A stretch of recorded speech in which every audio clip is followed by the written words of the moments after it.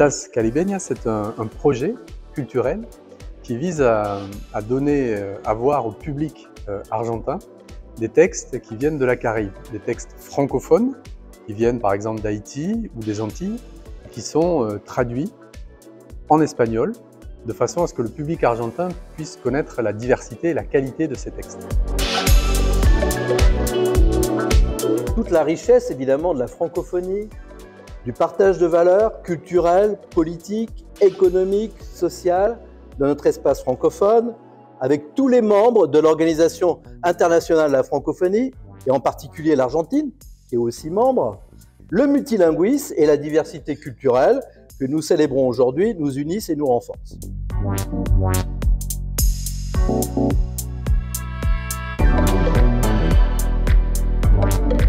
Tintas Caribeñas, c'est un projet très intéressant parce que d'une part, c'est un projet transversal qui associe le secteur linguistique et le secteur culturel de l'Institut français d'Argentine et qui associe aussi, et c'est sa particularité, une région, enfin une ville, la ville de Limoges, et la province de Buenos Aires, en particulier la ville de La Plata. Donc c'est un projet multidimensionnel qui s'inscrit dans ce que l'on appelle la coopération décentralisée. Il faut savoir qu'entre la France et l'Argentine, il y a beaucoup de projets de coopération très opérationnels, très concrets, entre les régions françaises et les provinces en Argentine.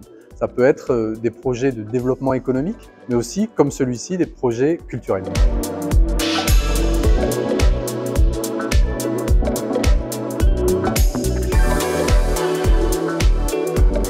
Haïti est membre de la francophonie et sommes parmi les premiers pays à être membres de la francophonie. On sait que la francophonie est un champ ouvert qui n'a pas seulement la langue en partage, mais nous avons d'autres choses à partager, notre culture et notre gastronomie, la démocratie, l'état de droit.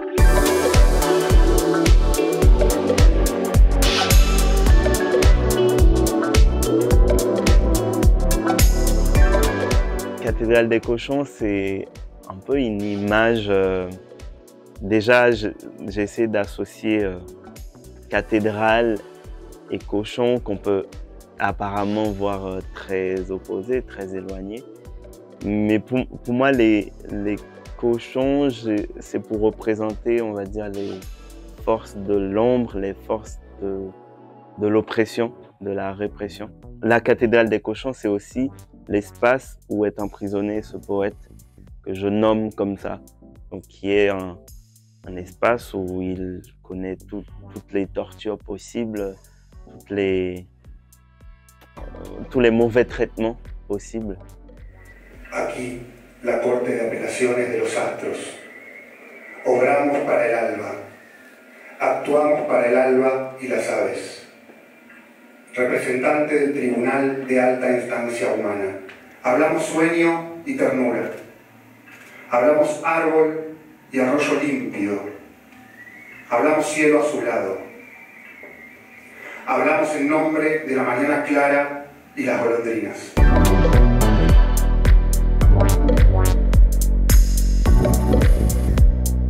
J'ai traduit Cathédrale des cochons de Jean d'Amérique, qui est une pièce de théâtre très marquée par un registre poétique, ce qui est cohérent avec l'écriture de Jean d'Amérique, qui est aussi poète.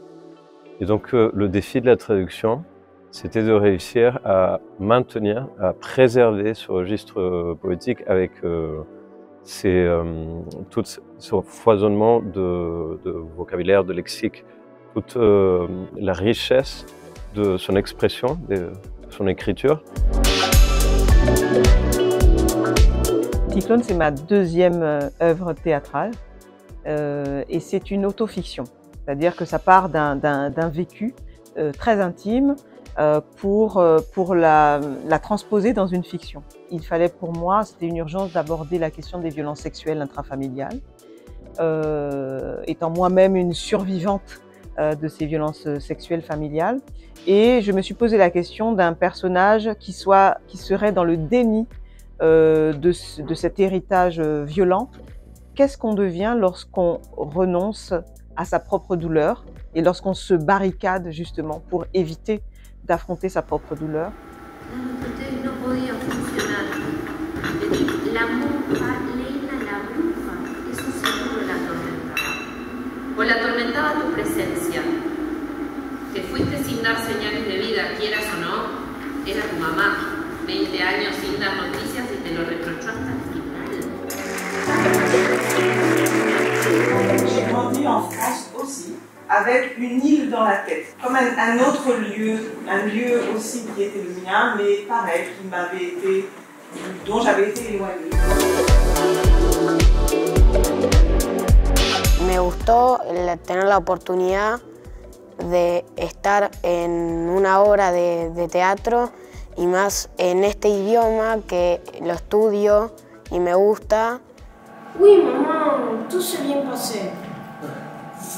Elle a le visage triste, ma maman. J'embrasse ses larmes et je lui dis.